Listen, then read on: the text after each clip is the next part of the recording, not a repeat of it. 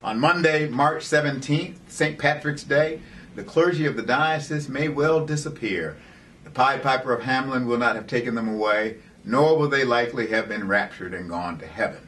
They will in fact be at a spiritual retreat for clergy of the diocese on that day. And I'm with Canon Michael Hunn, one of our canons of the ordinary, who's involved in the planning of that. And we wanted you to know why your clergy are going to disappear and what that's all about. Michael, what's going to be happening on the 17th and why? Good morning, Bishop. Good morning, sir. Well, I've got to tell you that one of the things I like most about this job is that I get to work with the clergy a lot on their own spiritual health and their own spiritual life. So a lot of times when I'm speaking to clergy, the first question I'll ask is, how's your prayer life? And to really talk to them about the things that all clergy need to sustain the kind of deep well of spirituality and theology and prayer that they need to preach effectively, to be helpful to people in hospital situations, to be able to bury the dead and do baptisms and weddings, and to be the pastoral presence we all expect.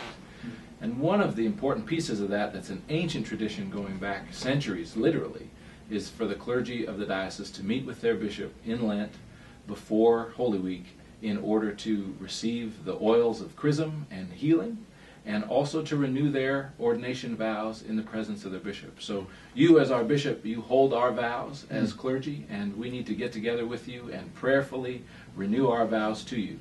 And we've also got a special person coming to meet with us. So wait, tell us about who's coming and what's he coming about? So not a priest, but an emergency room medical doctor named Matthew Sleeth is coming to talk to us about Sabbath. Taking time for rest in the midst of all of our busyness. Sabbath? You mean like in the Bible?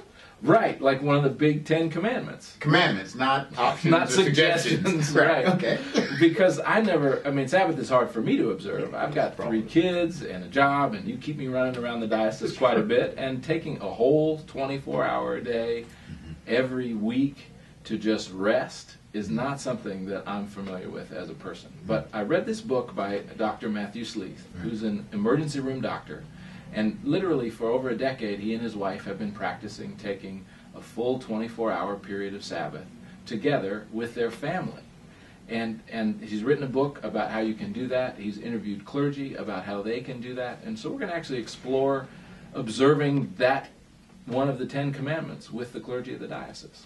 Because only if we do it can we help others do it. That's exactly right. That's exactly right. And part of what he talks about in the book is how creativity comes up from those wells of rest, how if we never stop moving, that we never really, that it's a part of our relationship with God, that we're supposed to not just sleep through that day, but rather to intentionally take time to make space to pray, to talk to God, to be in holy conversations with the people we live with, in our households and with our families.